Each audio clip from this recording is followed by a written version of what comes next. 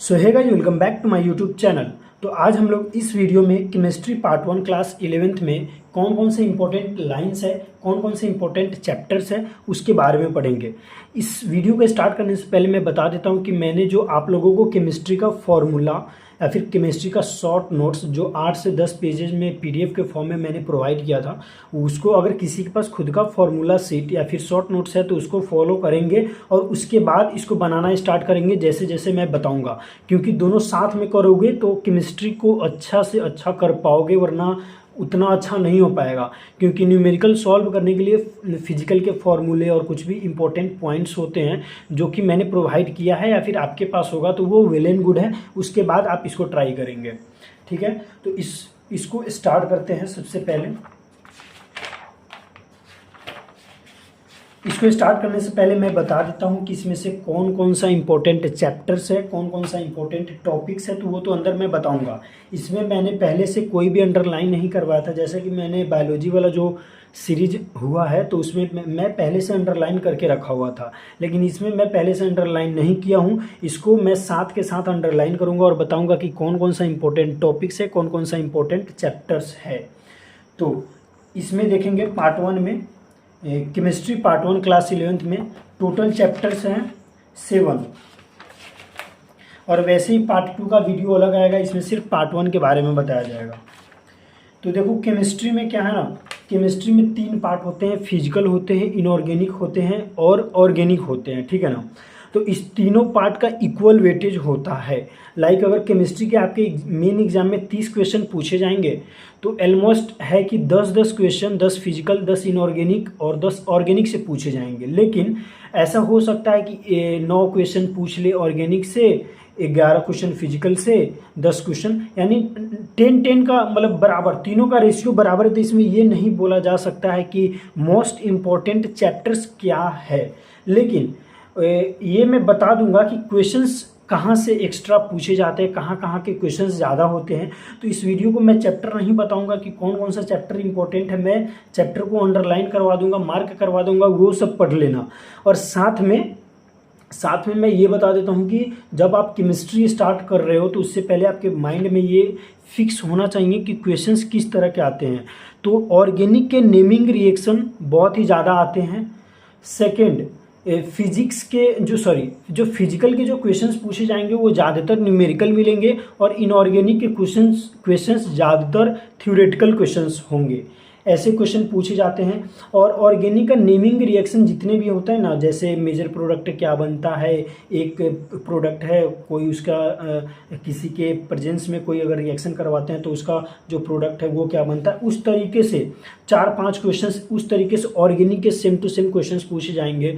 फिर आपसे inorganic physical इसमें या फिर ऑर्गेनिक से कई क्वेश्चंस पूछे जाते हैं। लाइक थ्योरेटिकल क्वेश्चंस बहुत ही ज़्यादा होंगे। तो वो सब के लिए आपको ये तो मैं जो अंडरलाइन करवा रहा हूँ ये इंपॉर्टेंट है। साथ में जो मैंने शॉर्ट नोट्स 8 से 10 पेज का जो पीडीएफ प्रोवाइड किया है सबको, वो रट लेना, बढ़िया से रट ही लेना उसको। या फिर आपके पास खुद का शॉर्ट नोट्स है तो वेल एंड गुड है। लाइक अगर आपने खुद से, मैं इसलिए शॉर्ट नोट्स को प्रीफरेंस दे रहा हूँ क्योंकि अगर शॉर्ट नोट्स है आपके पास तो आपने पहले से पढ़ा हुआ है, ओके। तो शॉर्ट नोट्स पहले से पढ़ा हुआ है तो आपको उसमें ज़्यादा दिमाग लगाने की ज़रूरत नहीं है। तो आप अपने शॉर्ट नोट्स को फॉलो करेंगे, मेरे पीडीएफ को फॉलो नहीं करेंगे। अगर आपके पास ये नहीं है तब मेरे पीडीएफ और ये नोट्स काफ़ी है। और उसके अलावा बाद में मैं टेस्ट सीरीज लूँगा, क्वेश्चंस वगैरह प्रोवाइड करूँगा, तो वही काफ़ी हो जाएगा। तो सबसे पहले चैप्टर स्टार्ट करते हैं, some basic concept of chemistry. इसमें कुछ नहीं है लेकिन ये वाला पढ़ लेना। Chemistry is the science of molecules and their transformation. It is the science not much of the one of the 100 element but one of the infinite variety of molecules that may be built from them. वैसे इस तरह के questions नहीं पूछे जाते लेकिन ये starting का है, लेकिन इसको पढ़ लेना तुम। उसके बाद आते हैं जो जो इम्पोर्टेंट होगा मैं वहीं बताऊंगा। ज़्यादा कुछ अभी लास्ट टाइम में 20 दिन बचा हुआ है तो इसमें लास्ट टाइम में कुछ ज़्यादा पढ़ने की ज़रूरत नहीं है। ये जो है ना, chemistry has helped in dealing with some of the pressing aspect of environmental degradation with a fair degree of success. ये अंडरलाइन कर लेना।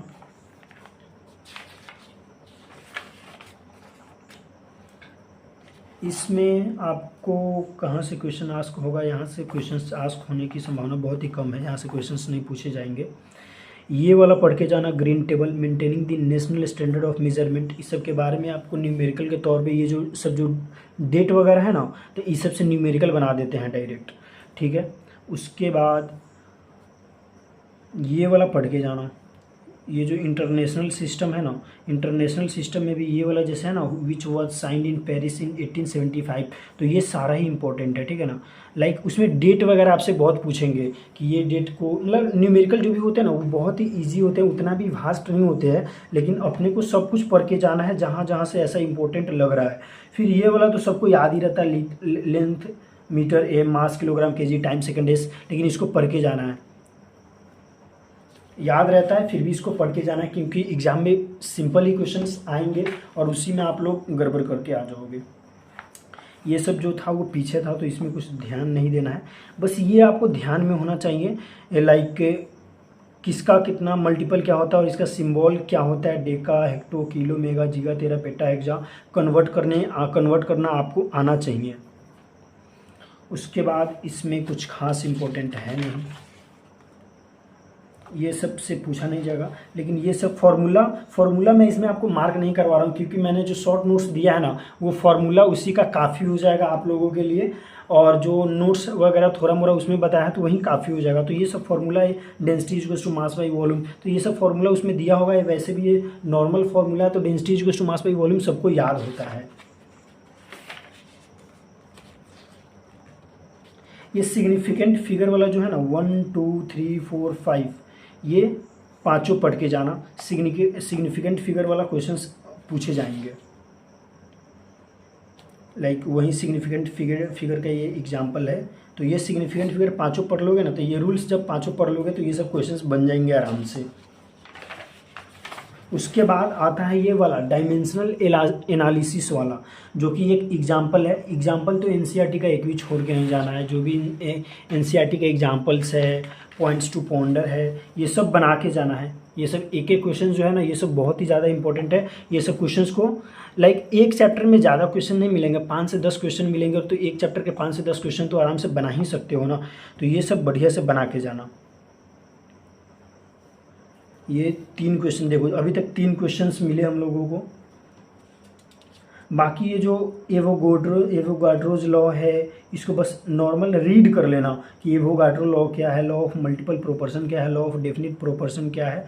लाइक ये जो है ना लॉ ऑफ केमिकल कॉम्बिनेशन, इसका मतलब याद नहीं करना, लेकिन दिमाग में होना चाहिए कि law of conservation of mass क्या होता है, लॉ ऑफ डेफिनिट प्रोपोर्शन क्या होता है, लॉ ऑफ मल्टीपल प्रोपोर्शन क्या होता है, गै-लुसैक्स लॉ क्या होता है, एवोगाड्रो लॉ क्या होता है, ये सब माइंड में आपके होना चाहिए। उसके बाद डाल्टन्स एटॉमिक थ्योरी का ये चारों पॉइंट रीड करके जाना। उसके बाद ये है आइसोटोप है, कार्बन 12 रिलेटिव अबंडेंस में कितना पाए जाते हैं, ये वाला देख के जाना, ये सब टेबल। बाकी तो इसमें अब कुछ नहीं है। ये प्रॉब्लम तो देख के ही जाना, देखो 3 उधर थे और 4 क्वेश्चंस हुए आपके टोटल अभी तक। फिर इसमें कुछ नहीं है, इसमें कुछ नहीं है। फिर एम्पेरिकल फार्मूला, ये कुछ नहीं है। ये वाला पढ़ के जाना, 5 क्वेश्चंस हुए, बना के जाना, क्योंकि ऐसा एग्जाम में होगा ना कि क्वेश्चन सेम होगा, यहाँ पे ये जो नंबरिंग है ना ये सब चेंज कर देगा, डिजिट चेंज कर देगा और क्वेश्चन सेम पूछ देता है। एनसीईआरटी तो बाइबल है, समझ लो ऐसा। कितना हो गया, 5 क्वेश्चंस हो गए क्या, यहीं आगे तक आया है, 5 क्वेश्चंस हो गए। फिर इसमें लिमिटिंग रिएजेंट के बारे में थोड़ा मोड़ा नॉलेज होना चाहिए आप लोगों को, क्योंकि लिमिटिंग रिएजेंट से ऐसे न्यूमेरिकल वगैरह आपसे बनवाए जाएंगे, ऐसा हो सकता है। और ये सब जो फार्मूला होता है, मोल फ्रैक्शन, मोलरिटी, वो जो मैंने शॉर्ट नोट्स प्रोवाइड किया ना उसमें फार्मूला सारा मिल जाएगा, तो फार्मूला के लिए इसमें दिमाग लगाने की ज़रूरत नहीं है। अभी तक मात्र 5 क्वेश्चन मैंने कराए और कुछ 2-3 इंपॉर्टेंट लाइन करवाए। मोल कॉन्सेप्ट ख़त्म, साथ में मैंने जो प्रोवाइड करवाया शॉर्ट नोट्स में मोल कॉन्सेप्ट वगैरह का, वो पढ़ के जाना। 1 सेकेंड, अच्छा इसमें और आ गए, सॉरी। हाँ, ये कुछ खास उस पर ध्यान अभी मत देना, वैसे लाइन सारा इंपॉर्टेंट है, लेकिन अभी लास्ट के टाइम में इंपॉर्टेंट जो है उसी पे ध्यान दो। 5, ये प्रॉब्लम 6, 7, 8, 9, ये वाला फार्मूला याद करके जाना, मास परसेंट का, मोल फ्रैक्शन का, बस फार्मूला याद करके जाना। मोलरिटी का डायरेक्ट फार्मूला बेस्ड क्वेश्चन पूछे जाएंगे। 9, 10, आई थिंक 10 या 11 हुआ। तो 10 से 11 क्वेश्चंस हो गया और ये मोलरिटी का फॉर्मूला 10 से 11 क्वेश्चन और 1-2 लाइन इंपॉर्टेंट है इसमें। क्वेश्चंस एक भी छोड़ के मत जाना, मैं फिर से रिपीट कर रहा हूँ। फिजिकल के मैं जो भी क्वेश्चंस वगैरह लाइन लगवा रहा हूँ या फिर टिक मरवा रहा हूँ, वो तो एक भी क्वेश्चंस में कॉम्प्रोमाइज़ करना ही नहीं है। एक बुक का जो भी 10 क्वेश्चंस है, तुम इसको आराम से 10 से 15 मिनट में बना लोगे, तो इससे तुम्हारा मोल कंसेप्ट पूरा क्लियर हो जाएगा। उसके अलावा तुमको एक्स्ट्रा क्वेश्चंस करने का ज़रूरत नहीं है। अगला चैप्टर है स्ट्रक्चर ऑफ एटम। इसमें देखते हैं क्या क्या इम्पोर्टेंट है। ये सब जो डेट वगैरह होते हैं ना, तो ये इम्पोर्टेंट होते हैं। तो तुम ये वाला लाइन जो है, ये चारों लाइन पढ़ लेना। ये वाला जो चारों लाइन है, the atomic theory of matter was first proposed form scientific basis कौन किया था, जॉन डाल्टन। ऐसे क्वेश्चंस पूछे जाते हैं।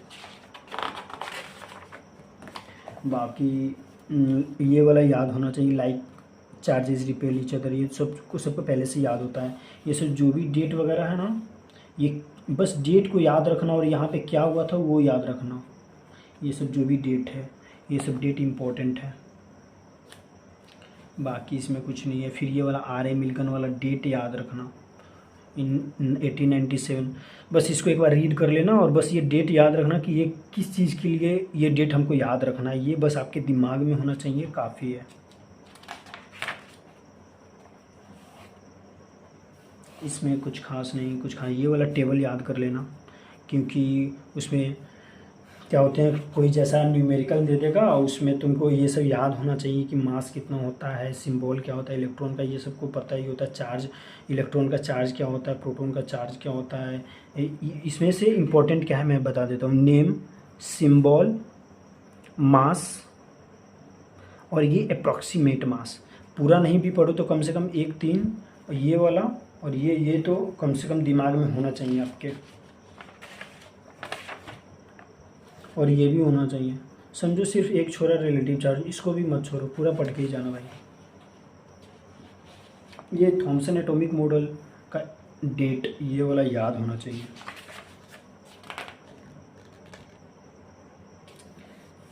इसमें कुछ खास नहीं। ये आइसोबार, आइसोटोप्स आपको पहचान में आना चाहिए, क्वेश्चंस उसमें पूछे जाते हैं। ये वाला मास नंबर आपको निकालने आना चाहिए। ये वाला एटॉमिक नंबर आपको निकालने आना चाहिए, पता होना चाहिए कि एटॉमिक नंबर किसको बोलते हैं, मास नंबर किसको बोलते हैं। आइसोबार, आइसोटोप हम कैसे पहचानेंगे, तो इसके लिए एक बार पढ़ लेना कि आइसोबार कैसे, अगर वो सब क्या करते हैं कि क्वेश्चन ऐसा बना देंगे, which of the following are isobars, और 4 ऑप्शन दे देंगे। तो उसके लिए आपको कम से कम एक बार ये पूरा रीड कर लेना, ये वाला है ना, पूरा एक बार रीड कर लेना, ताकि आपको समझ में आइसोबार किसको बोलते हैं, आइसोटॉप किसको बोलते हैं। उसके बाद क्वेश्चंस वगैरह तो जो भी अब बना के जाने हैं, 1-2 क्वेश्चंस मिले अभी तक। बाकी इसमें कुछ नहीं है। 3 क्वेश्चन, 4, 5। ये वाला तो इम्पोर्टेंट है, लेकिन बहुत ही ज़्यादा आपको याद करना पड़ेगा, तो याद करना पड़ेगा। ये वाला बी वाला, तो ये वाला तो बहुत ही ज़्यादा हार्ड है, लेकिन कम से कम ये याद कर लेना, और ये भी अगर हो सके तो इसको भी याद करके जाना। लेकिन अगर ये याद ना भी हो तो ये वाला याद करके जाना, वेवलेंथ वाला। अभी तक 5 क्वेश्चंस पूछे गए हैं, इधर देख लो।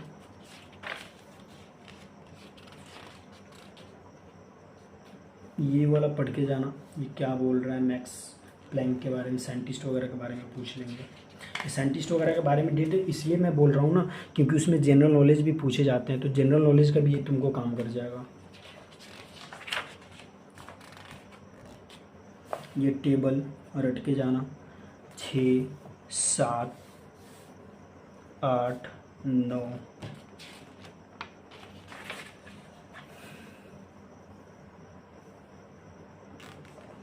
फिर उसके बाद ये वाला जो टेबल है ये पढ़ लेना, क्योंकि ये जो लाइमन जो होता है वो कहाँ से स्टार्ट होता है, कौन से ऑर्बिट से स्टार्ट होता है, फिर उसका स्पेक्ट्रल रीजन क्या होता है, ये सब दिमाग में होना चाहिए। वो लोग डायरेक्ट क्वेश्चंस पूछ लेंगे कि लाइमन का स्पेक्ट्रल रीजन बताओ, बाल्मर का स्पेक्ट्रल रीजन बताओ, तो आपको याद रहेगा तो फटाक से आंसर दे दोगे ना वहाँ पे। फिर ये वाला फिगर देख लेना, ये भी इम्पोर्टेंट है। उसके बाद ये सब तो फॉर्मूला वगैरह मैंने प्रोवाइड किया, तो इसमें कुछ देखने की ज़रूरत नहीं है। क्वेश्चंस तो मैं एक भी नहीं छोड़ूंगा, अब तुम गुस्सा हो या फिर जो भी हो, क्वेश्चंस वगैरह तो सारे बना के जाने हैं। क्वेश्चंस को अगर टाइम मिले तो ये सब क्वेश्चंस को बार बार बना के जाना। फिर से मैं रिपीट कर रहा हूँ, ये सब क्वेश्चंस को बार बार बना के जाना। इसी सब से क्वेश्चंस आपको पूछे जाएंगे, इससे बाहर क्वेश्चंस आएगा ही नहीं। और एक्स्ट्रा मैं जो क्वेश्चंस वगैरह करवाऊँगा अपने ग्रुप पे, तो वो सब तो इम्पोर्टेंट ही है, लेकिन ये सब मोस्ट इम्पोर्टेंट। अगर वो स्टार मार्क है तो ये सब डबल स्टार है, अगर वो 3 स्टार है तो ये सब क्वेश्चंस 5 स्टार है। ये क्वेश्चंस हो गया 17, 18। ये वाला वैल्यू ऑफ एल याद होना चाहिए कि एस का क्या होता है, पी का क्या होता है, डी का क्या होता है, ये सब याद होना चाहिए।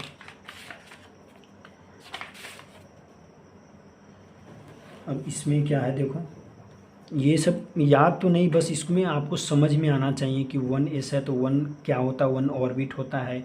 एस का 0 होता है, जैसे यहाँ पे ये वाला जो मैंने बताया, तो एस के लिए जो वैल्यू ऑफ एल 0 होता है तो उसको यहीं पे बताया। तो ये सब माइंड में होना चाहिए, ये सब बेसिक नॉलेज है, इसमें ज़्यादा कुछ दिमाग लगाना नहीं है।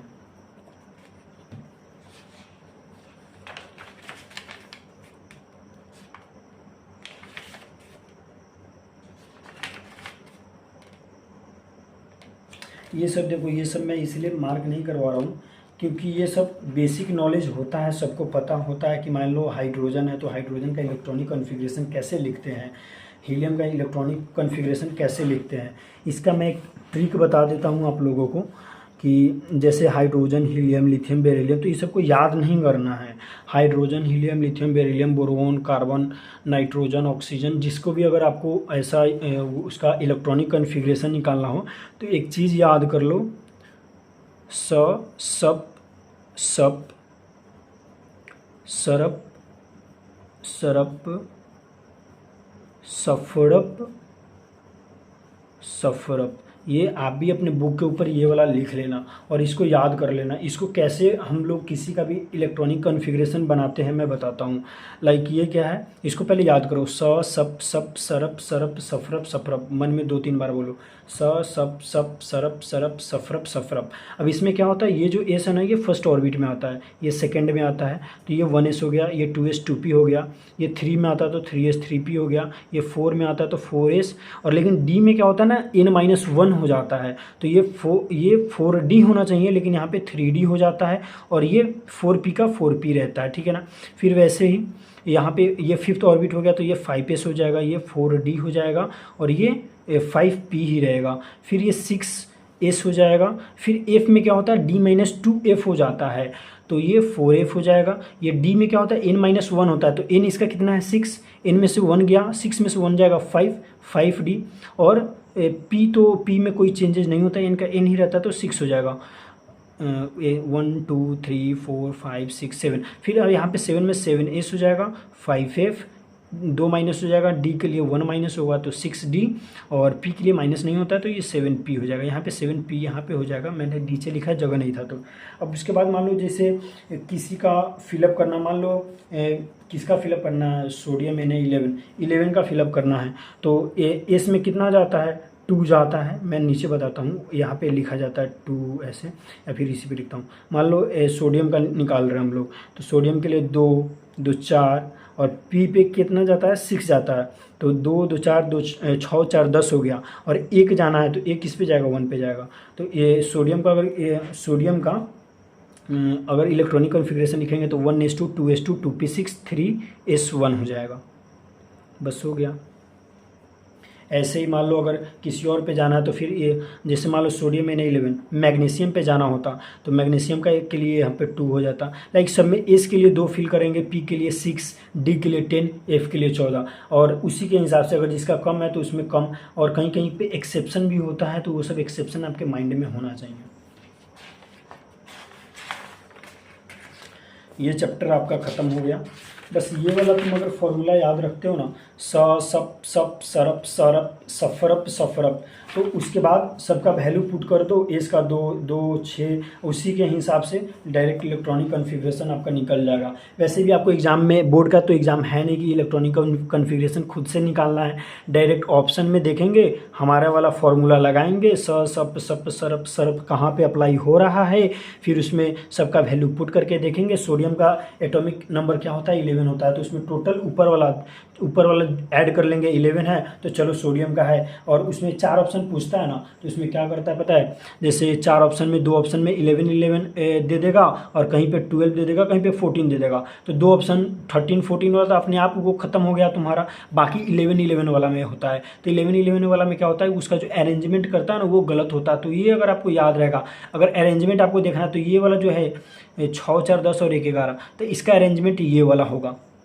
तो वो लोग क्या करेगा, उसमें क्या करेगा, ये 1 पी पे चढ़ा देगा, 3s को हटा देगा, तो वो कन्फिग्रेशन गलत हो जाएगा। तो ये वाला कन्फिग्रेशन होना चाहिए। अगर आप ये वाला लाइन से याद रखोगे ना, स सप सप सरप सरप सफरप सफरप, तो आपको लाइन से ही आपको वो हो जाएगा, उसमें ज़्यादा दिमाग लगाने की जरूरत नहीं पड़ेगी। उसके बाद अगला चैप्टर आता है classification of elements and periodicity in properties.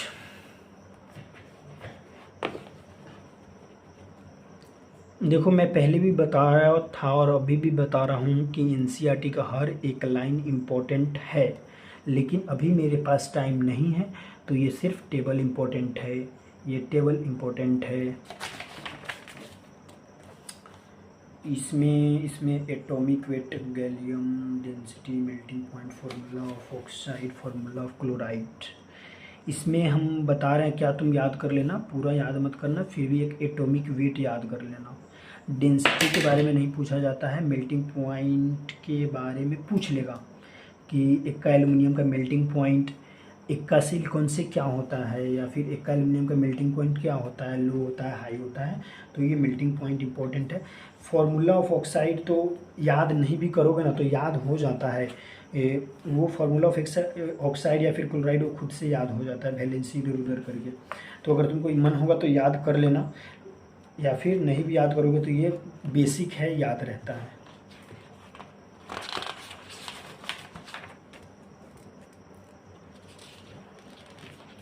बाकी ये वाला जो चार्ट है तो इसको तुमको अच्छे से याद करना पड़ेगा। ये अगर याद रहेगा ना तो इनऑर्गेनिक का चैप्टर तुम्हारे लिए हर एक चैप्टर बहुत ही ज़्यादा इम्पोर्टेंट हो जाएगा। इसका टिप्स एंड ट्रिक भी होता है याद करने के लिए, शायद आप लोग के पास होगा, पहले से किसी टीचर ने आप लोगों को बताया होगा, फिर भी मैं यहाँ पे लिखूँगा नहीं, लेकिन एक बार पढ़ के बता दे रहा हूँ कि इसका टिप एंड ट्रिक्स क्या होता है।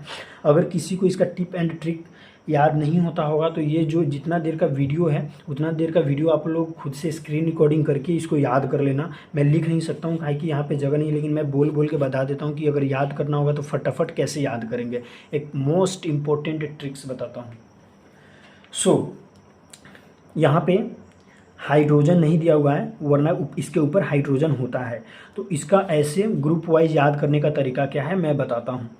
हेलीना की रब से फरियाद, बेटा मांगे कार स्कूटर बाप राजी, सेकेंड ईयर लाएंगे एसी टी जराहाफ, वे नवाब थे करोड़ मोल वाले, मन तकरे फिर रूठा ओसामा, कौन रहेगा इरेगुलर, नहीं पढ़ोगे पिटोगे, क्यों आगे आऊँ जिंदगी कबार हो गई, बैगन आलू गाजर इन थैला, कहे शिव जी सुने पार्वती, नेपाल पाकिस्तान ऑस्ट्रेलिया सब भिखारी, ओल्ड स्टाइल से टीपो, फिर कल बाहर आई आत्मा, हीना नीना और करीना जिंदा रहना।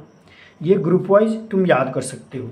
अगर तुमको सिर्फ ये डी ब्लॉक का याद करना हुआ, ये वाला अगर याद करना हुआ, लाइक ग्रुप वाइज ऐसे याद कर सकते हैं। किसी ने बोल दिया डी ब्लॉक याद है क्या, तो सिर्फ डी ब्लॉक को हमको याद करना पड़ेगा, तो कैसे करेंगे, तो सिर्फ डी ब्लॉक के लिए, डी ब्लॉक कहाँ से स्टार्ट होता है, यहाँ से स्टार्ट होता है, यहाँ पे ख़त्म हो जाता है। तो देखो डी ब्लॉक के लिए साइंस टीचर विनीता करमानी, मन फे को नी क्यों जान, पूरा याद हो गया। वैसे ही यारी जरा निभाना, मौत तक रुकावट राह पड़े तो रुकावट राह पड़े तो इसमें एक्स्ट्रा है, यारी जरा निभाना, मौत तक रुकावट राह पड़े तो आग में कूद जाना, कूद का सीढ़ी। इसका ला हफ्ता वरना रे ओसामा, इधर पिटाई और होगी। वैसे ही एफ ब्लॉक को अगर याद करना होगा तो एफ ब्लॉक को याद करने का क्या टिप्स एंड ट्रिक है, उसके लिए सीने पर नदियाँ प्रेम की समाई, यूं ही गद गद तब दिल हुआ, अरे तुम यब लू, तुम्हें पढ़ाऊं न्यूज़पेपर, तुम्हें पढ़ाऊं न्यूज़पेपर, पुराने आम कम बिके कैफ़े में इसे फरमाते मैडोनो लाडे। तुम्हें पढ़ाऊँ न्यूज़पेपर पुराने आम कम बिके कैफ़े में इसे फरमाते मैडोना लाडे। सीने पर नदिया प्रेम की समाई यूं ही गदगद तब दिल हुआ अरे तुम यबलू बरा सा लुल्लू। एक बार समराइज कर देते हैं अच्छे से। हेलिना की रब से फरियाद बेटा मांगे कार स्कूटर बाप राजी। साइंस टीचर सेकेंड ईयर लाएंगे ऐसी टीचर हाफ वे नवाब थे करोड़ मोल वाले मन तक रहे फिर उठाओ समा कौन रहेगा इरेगुलर नहीं पढ़ोगे पीटोगे क्यों आ गया हूँ जिंदगी कबार हो गई।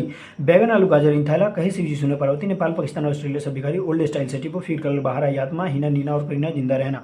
साइंस टीचर विंदा करवानी मन फेंको नहीं क्यों जान यारी जरा निभाना मौत तक रुकावट राह पड़े तो आग में कूद जाना। ला हफ्ता वर्नर उसामा इधर पिटाई और होगी। सीने पर नदिया प्रेम की समाई यूं ही गदगद तब दिल हुआ अरे तुम यबलू बरा सा डब्लू। तुम्हें पढ़ाऊँ न्यूज़पेपर पुराने आम कम बिके इसे फरमाते मैडोना लाडे। ये पूरा आपका कंप्लीट।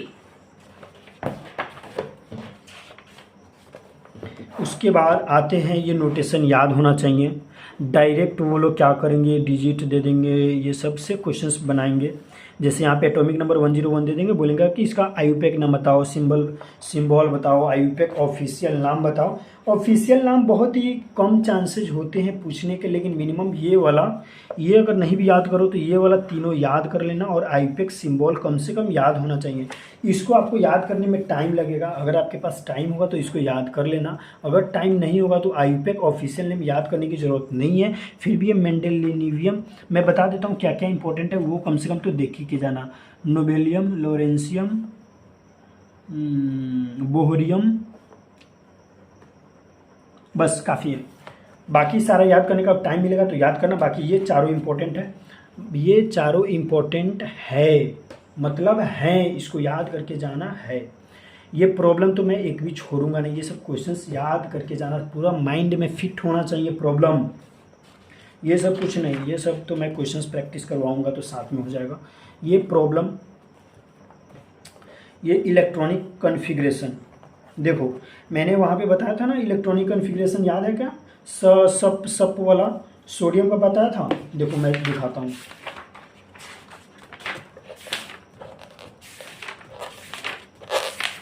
कहाँ गया मेरा टिप्स एंड ट्रिक। देखो सोडियम का मैंने बताया था ना 1s2 2s2 2p6 3s1 तक आया था ना हम लोग का। अब देखो जादू सोडियम का 1s2 2s2 2p6 3s1 जादू जो मैंने बताया वही आया और मेन एग्ज़ाम में भी मैं जो बता रहा हूँ ना वहीं से आएगा बाहर से आएगा ही नहीं। और ये क्या किया देखो यहाँ पे क्या किया है ये तो सही है हम लोग का सही है। इसको और किस तरीके से लिख सकते हैं यहाँ पे नियोन 3s1 भी लिख सकते हैं क्योंकि नियोन का एटॉमिक नंबर होता है 10 तो 10 इसका हो गया और 1 3s1 11 हो गया। तो ये एक बार देख के जाना। ज़्यादा इलेक्ट्रॉनिक कॉन्फ़िगरेशन याद नहीं करना लेकिन कम से कम इतना तो देख के जा सकते हो ना। फिर इसमें क्या है इसमें देखते हैं D block S block P block ये सब मैंने सारा रटवा दिया। इसको पढ़ने की ज़रूरत नहीं है सारा बता दिया। ये प्रॉब्लम तो ये देख के जाना है। अब जैसे भी देख के जाओ मुझे नहीं पता लेकिन इसको बना के जाना है। ये प्रॉब्लम में नो कॉम्प्रोमाइज़ ये सारे बना के जाने हैं।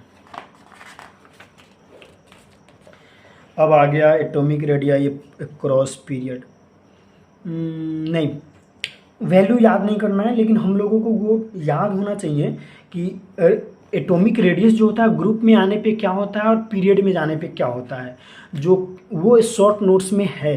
तो वो शॉर्ट नोट्स जो पढ़ेगा वो एटॉमिक रेडियस उसको ये न्यूमेरिकल ये सब याद करने की ज़रूरत नहीं पड़ेगा। अगर तुम इतना याद करने लगो तो फिर तो माइंड हैंग ही कर जाएगा। तो फिर ये सब याद नहीं करना है। वो जो ऑर्डर होता है ना कि ग्रुप में जाने पे रेडियस क्या होता है रेडियस बढ़ता है घटता है आईपी क्या होता है मैं यहाँ पे नहीं बताऊँगा। उसके लिए तुम शॉर्ट नोट्स खोलो ताकि कम से कम तुम उसी के बहाने तो शॉर्ट नोट्स पढ़ोगे ना क्या। फिर ये प्रॉब्लम तो एक भी मैं छोड़ूंगा ही नहीं। और मोस्ट इम्पोर्टेंटली ऑर्डर तुम लोग याद कर लेना किसका किसका मैं बता देता हूँ। Electronegativity radius IP electron gain enthalpy और क्या क्या इम्पोर्टेंट होते हैं बस कम से कम इतना का ऑर्डर याद करके जाना। प्रॉब्लम इलेक्ट्रॉन की एंथैल्पी बोला था ना, मैं जो बोल रहा हूँ वहीं आ रहा है यार। उफ, कहीं इस बार मेरा सारा क्वेश्चंस क्रैक ना हो जाए, और हो जाएगा तब तो और अच्छी बात है, और होगा ही, तुम देख लेना। बस अच्छे से जैसे जैसे मैं बोल रहा हूँ ऐसे फॉलो करके जाओ, ये प्रॉब्लम याद करके जाना। इलेक्ट्रोनिगेटिविटी वैल्यू, ये सब वैल्यू, फिर वैल्यू क्यों याद करें जब मेरे पास ऑर्डर है? बताओ बताओ जल्दी कमेंट में बताओ। वैल्यू याद नहीं करेंगे, हमारे पास ब्रह्मास्त्र है जो शॉर्ट नोट्स के में बताए गए हैं, वो ब्रह्मास्त्र यूज करना है। ये प्रॉब्लम याद करके जाना है। ये सब कुछ नहीं है यार, ये formula of hydride, formula of oxide, एक बार बस रीड कर लेना, ऑप्शन में आ जाएंगे कि ये हाइड्राइड बताओ, इसका हाइड्राइड जो है लिथियम का हाइड्राइड, ये 4 ऑप्शन दे देगा, उसमें से बताओ ये सही है कि गलत है, क्या है। तो ये पढ़ के जाना, रटना नहीं है, समझ लोगे ना, समझ में आ जाता है, वैलेंसी इधर उधर रहता है। प्रॉब्लम प्रॉब्लम 10 क्वेश्चन है इस चैप्टर में, काफ़ी है। बाकी मैंने एक्स्ट्रा कुछ इंपॉर्टेंट लाइन नहीं लगवाया, अगर देखोगे तो सब चैप्टर में 5 से 10 क्वेश्चंस लगवा रहा हूँ, और 3 से 4 इंपॉर्टेंट लाइन्स बता रहा हूँ, उससे ज़्यादा मैं बता ही नहीं रहा हूँ। ये चैप्टर भी ख़त्म होता है। नेक्स्ट चैप्टर क्या है? Chemical bonding and molecular structure. इसमें फटाफट देखते हैं, कि टाइम बहुत ही ज़्यादा हो रहा है, अभी तक 31 मिनट हो गया है, और अभी इतना सारा कंटेंट बाकी है। बायोलॉजी में तो बहुत ही ज़्यादा इजी था, लेकिन इसमें थोड़ा टाइम लग रहा है। ये प्रॉब्लम, ये फॉर्मल चार्ज कैसे निकालते हैं, यहाँ पे हार्ड दिए हुए हैं, आप लोग के पास अगर शॉर्ट ट्रिक्स होगा तो वो देख लेना। बस ये फॉर्मूला याद करके जाना, फॉर्मल चार्ज का कैसे निकालते हैं।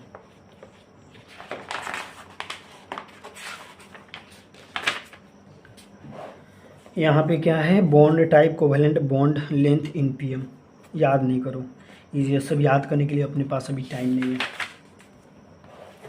प्रॉब्लम सॉल्व करने के लिए टाइम है, ठीक है ना। अब ये मत बोल देना कि भाई प्रॉब्लम सॉल्व करने के लिए भी मेरे पास टाइम नहीं है, अब आप ही देख लो सब, फिर तो मैं देखूँगा अगर यहाँ पे, फिर एग्ज़ाम में कौन देखेगा, सोचो। इसमें क्या है? मॉलिक्यूल ए बी है एग्जाम्पल, नो, कोई फ़ायदा नहीं, नो फ़ायदा, क्या बोले, नो फ़ायदा। अब इसमें क्या है? लीनियर 180 डिग्री 120 डिग्री, यार ये इम्पोर्टेंट है, ये इम्पोर्टेंट है, लेकिन इसमें कैसे मैं बताऊं कि आप लोगों के लिए ज़्यादा वो इजी हो जाएगा। देखो, फिगर याद हो या ना हो, ये वाला याद होना चाहिए। लीनियर का एग्जाम्पल, ट्राइगोनल प्लेनर का एग्जाम्पल, टेट्राहेड्रल का एग्जाम्पल, ट्राइगोनल बाई पिरामिडल का एग्जाम्पल, ऑक्टाहेड्रल का पिरामिडल का एग्जाम्पल, ये इतना ही एग्जाम्पल तुम याद कर लोगे ना, इसी में से क्वेश्चन आएंगे, बाहर के क्वेश्चंस आएंगे नहीं, क्वेश्चंस लीक हो जाएगा यहाँ से। तुम बस ये एग्जाम्पल्स याद करके जाना, और ये मॉलिक्यूलर ज्योमेट्री याद करके जाना, क्वेश्चंस यहीं से आएंगे, और ये वाला डिग्री याद करके जाना। लीनियर में 180 डिग्री, ट्राइगोनल प्लेनर में 120, 109 डिग्री, 109.5 डिग्री, ये वाला याद करके जाना। इसका डिग्री कितना होता है, ये 90 क्या होता है, कितना होता है, ये सब याद करके जाना। फिर वैसे ही इसमें अब आते हैं, इसमें क्या है? मॉलिक्यूल टाइप दिया गया है, नंबर ऑफ बॉन्डिंग पेयर दिया गया है, नंबर ऑफ लोन पेयर दिया गया है, arrangement of electron pair, shape, example. सारा याद हो जाए तो वेल एंड गुड, वरना ये बस शेप, एग्जाम्पल याद करके चले जाना। और ये ट्राइगोनल प्लेनर टेट्राहेड्रल, ये याद होना चाहिए, ताकि इसी से रिलेटेड होगा ना कि ट्राइगोनल प्लेनर का शेप क्या होगा, तो बेंट होगा एग्जाम्पल इसका, ये एग्जाम्पल ये। और मॉलिक्यूल टाइप थोड़ा सा हल्का सा ध्यान दे देना, हल्का सा अगर हो तो ये ध्यान देना, वरना कम से कम ये तीनों इंपॉर्टेंट है। लेकिन मॉलिक्यूल टाइप थोड़ा ध्यान में रखोगे ना, तो तुमको ऐसे पता चलेगा ना कि मॉलिक्यूल टाइप ये है तो इसका एग्जाम्पल ये है, तो ये तुम्हारे लिए इजी हो जाएगा। मॉलिक्यूल टाइप थोड़ा ध्यान में दे देना।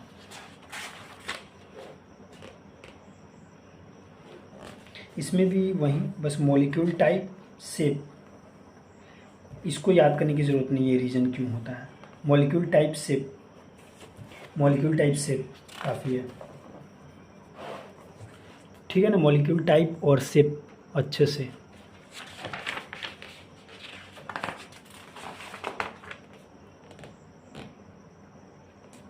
ये सब देखो, ये सब है ना जनरल, मतलब हम लोग को बेसिक कॉन्सेप्ट क्लियर होना चाहिए कि एस ऑर्बिटल मिलेगा तो एस ओवरलैपिंग होगा, लेकिन एग्जाम में ये सब क्वेश्चंस नहीं पूछे जाएंगे।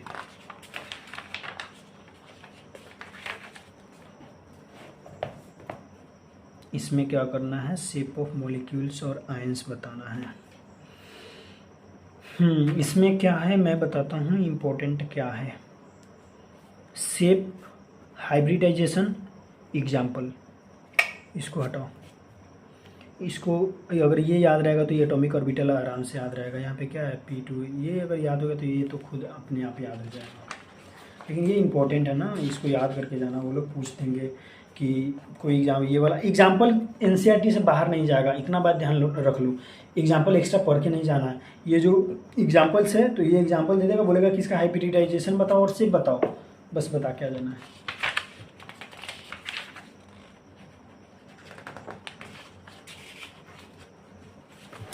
बॉन्ड ऑर्डर निकालने आना चाहिए। Number of bonding minus number of anti bonding by 2, इसका एक फॉर्मूला होता है ये वाला, ये दिमाग में होना चाहिए। बॉन्डिंग एंटी बॉन्डिंग किसको कहते हैं, ये वाला याद होना चाहिए। ये वाला फॉर्मूला याद रहेगा ना तो इसी से बॉन्ड ऑर्डर निकल जाता है। और इसमें एंटी बॉन्डिंग किसको बोलेंगे, बॉन्डिंग किसको बोलेंगे, उसके लिए ये काफ़ी है। वैसे ही यहाँ पे बॉन्ड ऑर्डर निकाला गया है, शायद आगे चल के ये सब ऑक्सीजन मॉलिक्यूल का ये सब। ये चैप्टर भी हमारा कंप्लीट होता है, लेकिन ये फिगर हमको लग रहा है कि थोड़ा सा इम्पोर्टेंट हो सकता है, वो नाइट्रोफिनॉल मॉलिक्यूल। फिगर को ध्यान में रखना। अब हम लोग आते हैं नए चैप्टर पे, स्टेट ऑफ मैटर। एक सेकंड रुक जाओ, मैं थोड़ा पानी पी लेता हूँ।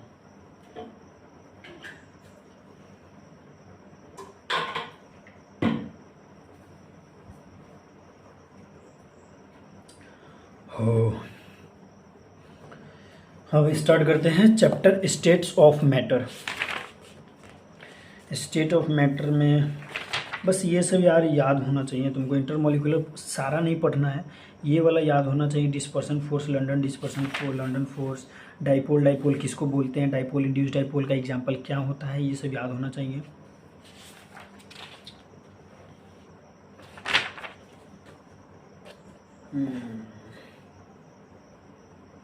ये सब हम लोग को पता रहता है कि gaseous state are highly compressible, ये सब जनरल नॉलेज है।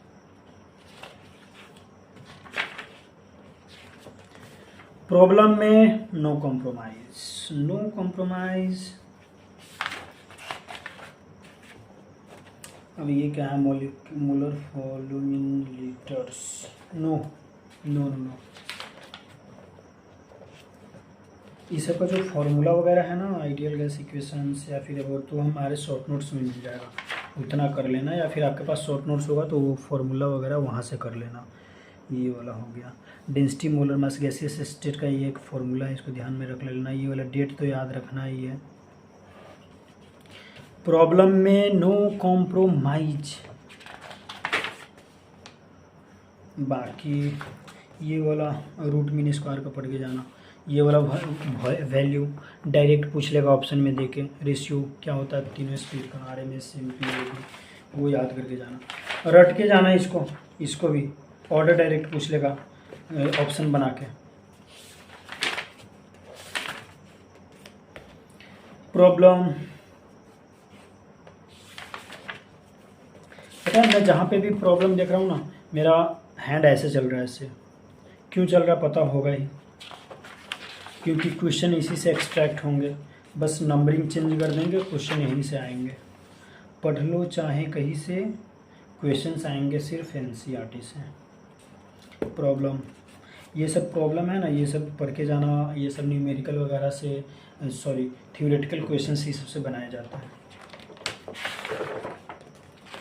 प्रॉब्लम,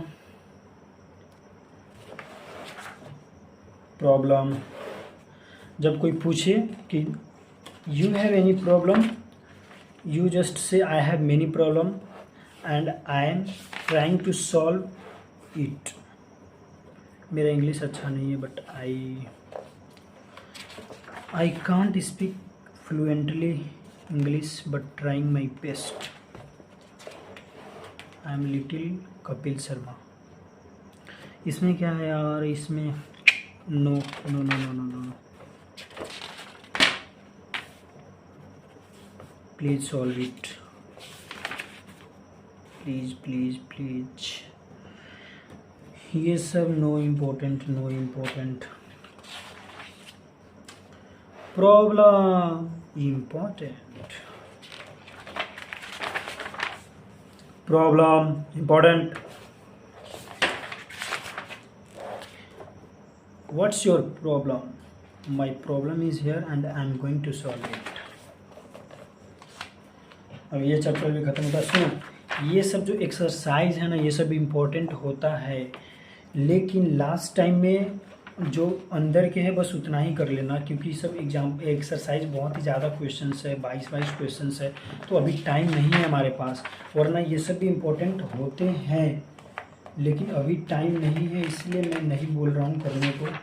लेकिन अगर मुझे लगा इसमें से भी, एक्सरसाइज में से भी अगर कोई क्वेश्चंस इंपॉर्टेंट है ना, जैसे ये सब इजी क्वेश्चंस है जो आते हैं, ये सब इजी क्वेश्चंस आते हैं, मेरा अभी ध्यान गया तो इसको देख लेना, बस इतना ही जो मैं स्टार मार्क करा रहा हूँ, ये सब देख लेना।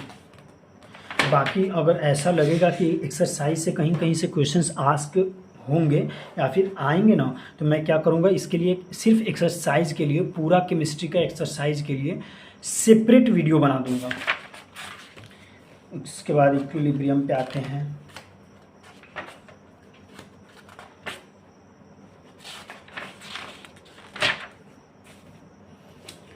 Know important. ये सब केसी केपी वगैरह आपको निकालने आना चाहिए, ये सब बेसिक नॉलेज है। ये प्रॉब्लम इम्पोर्टेंट है।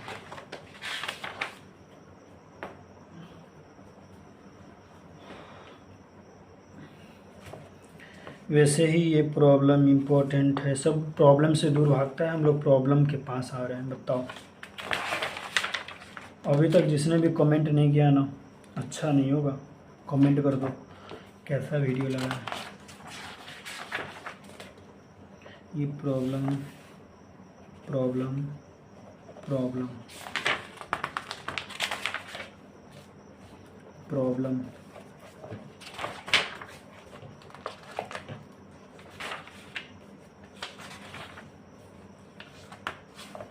Problem problem problem. जो पता है, जो न्यूमेरिकल क्वेश्चंस जो भी है प्रॉब्लम के, तो वो सब तो इम्पोर्टेंट है, लेकिन उससे भी अगर ज़्यादा इम्पोर्टेंट है तो ये जो थ्योरेटिकल क्वेश्चन है ना, उससे भी ज़्यादा इम्पोर्टेंट है। अगर न्यूमेरिकल क्वेश्चंस को हम स्टार मार्क देते हैं ना, तो ऐसे ऐसे थ्योरेटिकल क्वेश्चंस को हम 5 स्टार मार्क देंगे। थ्योरेटिकल से डायरेक्ट क्वेश्चंस पूछ लेंगे, न्यूमेरिकल में तो वो फिर भी चेंज करने का सोचेंगे कि चलो कुछ इसमें एक्स्ट्रा दिमाग लगाते हैं, कुछ एक्स्ट्रा बच्चों को परेशान करते हैं, लेकिन थ्योरेटिकल में क्या ही परेशान करेंगे, थ्योरेटिकल तो सेम पूछेंगे। Theoretical questions, wow. Numerical numerical. अब यहाँ पे देखो क्या है, वैल्यू के पी दिया हुआ है, कुछ याद नहीं करना है, सब न्यूमेरिकल से ही काम चल जाएगा अपना।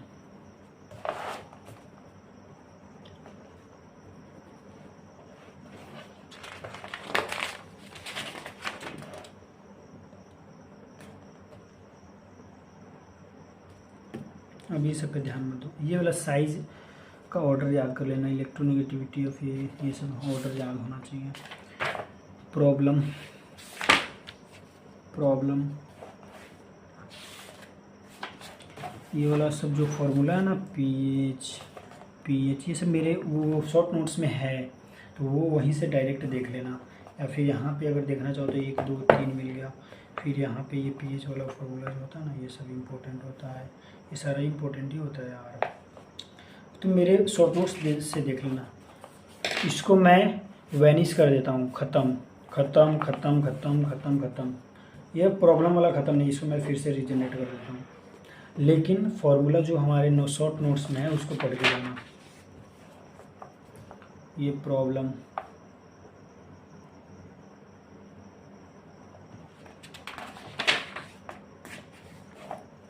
मैं वीडियो जल्दी से इसको ठीक कंप्लीट करता हूँ, मेरा स्टोरेज फुल हो गया, वरना वीडियो कहीं लास्ट बीच में ही रुक जाएगा तो मुझे बहुत ज़्यादा दिक्कत हो जाएगा, वीडियो जल्दी बनाना पड़ेगा, फिर से दोबारा मेहनत करना पड़ेगा मुझे।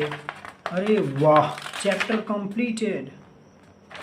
बाकी ये सब जो लास्ट में जो एक्स्ट्रा है ना, एक्स्ट्रा इतना क्या ही दिमाग लगाओगे, मेरे शॉर्ट नोट्स से भी हो जाएगा, सो ज़्यादा दिमाग ना लगाओ। ये बुक कंप्लीट होता है आपका chemistry part 1 class 11th। I hope ये लेक्चर्स, ये जो भी मैंने अंडरलाइन करवाया, मार्क करवाया, आप लोगों को बहुत अच्छा लगा होगा। सो जाने से पहले इस वीडियो को लाइक करके जाना, कमेंट बॉक्स में बता के जाना कि ये वीडियो आप लोगों को कैसा लगा है, ऐसा वीडियो देखना चाहते हो भी या नहीं, ये भी बता के जाना। और साथ में मोस्ट इम्पोर्टेंट, अगर चैनल पे नए हो तो चैनल को सब्सक्राइब करके जाना। Okay bye, thank you and best of luck for your exam. Okay bye.